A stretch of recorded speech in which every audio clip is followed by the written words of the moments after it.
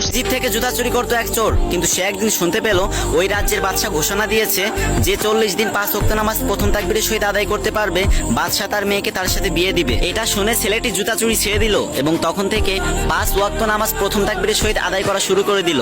এবং এভাবে করতে করতে 39 দিন কেটে গেল এবং বাদশার কানে খবর গেল একটা জুতা চোর 39 দিন ধরে 5 ওয়াক্ত নামাজ প্রথম তাকবীরের সহিত আদায় করতেছে। এটা শুনে বাদশাহ চোরটাকে রাজদরবারে ডেকে পাঠালো এবং বলল, তুমি আমার মেয়েকে বিয়ে করো। কিন্তু আশ্চর্যজনক ঘটনা হচ্ছে 40 দিন কেটে যায়, 41 দিন কেটে যায়, 42 দিন কেটে যায়, কিন্তু চোরটার আর কোনো খোঁজ খবর থাকে না। তারপর বাদশাহ সেই চোরটাকে খুঁজতে খুঁজতে অবশেষে পেয়ে গেল এবং বলল, আরে আমি তো আমার মেয়ের সাথে তোমাকে জোর করে বিয়ে দিচ্ছি না, তাহলে তুমি পালাচ্ছ কেন? তখন জুতা চোর বলল, হুজুর আপনি জানেন না আমি ভালো মানুষ না, আমি একটা জুতা চোর। বাদশাহ বলল, তাও আমি আমার মেয়েকে তোমার সাথেই বিয়ে দিব। তখন যুবকের চোখ থেকে টপ টপ করে পানি পড়তে লাগলো এবং বলতে লাগলো, হুজুর বিশ্বাস করেন আমি 40 দিনের দিনেও রাজকুমারী আর রাজ্য হাসিল করার স্বপ্ন দেখেছি, কিন্তু 40 দিনের শেষ নামাজের শেষ রাকাতের শেষ সেজদায় আমি জান্নাতের প্রশান্তি পেতে শুরু করলাম। আমার অন্তর প্রশান্তিতে ভরে গেছে, আমি জীবনের সব খুশি ভুলে গেলাম। হুজুর আমার চাই না, আমার রাজকুমারী চাই না, আমার রাজ্য চাই না, আমি শুধু নামাজের সেজদায় গিয়ে ওই জান্নাতের একটু প্রশান্তি পেতে চাই। এইসব কথা শুনে বাদশাহ নিজের চোখের পানি ধরে রাখতে পারলো না এবং বলল,